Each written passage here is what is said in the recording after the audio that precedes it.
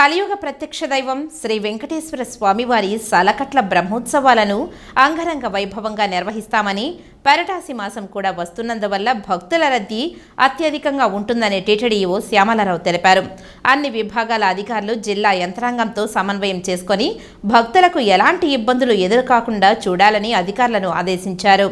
అదనపు EO CH Venkaiah Chowdary, జేఈఓలు Gautami, వీరబ్రహ్మంతో కలిసి టీటీడీలోని అన్ని విభాగాల అధికారులతో శనివారం తిరుమలలోని అన్నమయ్య భవనంలో ఈవో సమీక్షా సమావేశం నిర్వహించారు. అనంతరం ఈవో మీడియాతో మాట్లాడారు.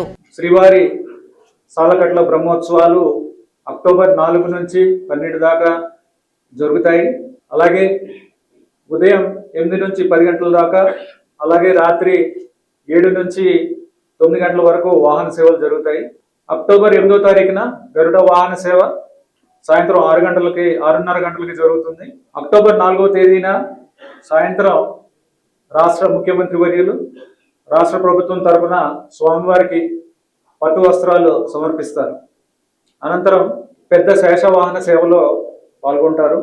ఈ సమయంలో భక్తుల రద్దీ ఎక్కువగా ఉంటుంది కనుక నార్మల్గా జరిగే ఆర్జిత సేవలు, ప్రత్యేక దర్శనాలు ఇవన్నీ కూడా రద్దు చేయడం జరిగింది. అలాగే లడ్డూల విషయానికి వస్తే 7 లక్షల లడ్డూలు బఫర్ స్టాక్లో ఉంచుకోవడం జరుగుతుంది. ఎందుకంటే ఎక్కువ రిక్వైర్మెంట్ ఉంటుంది కాబట్టి దానికి కూడా తగిన ఏర్పాట్లు చేసుకోవడం జరుగుతుంది.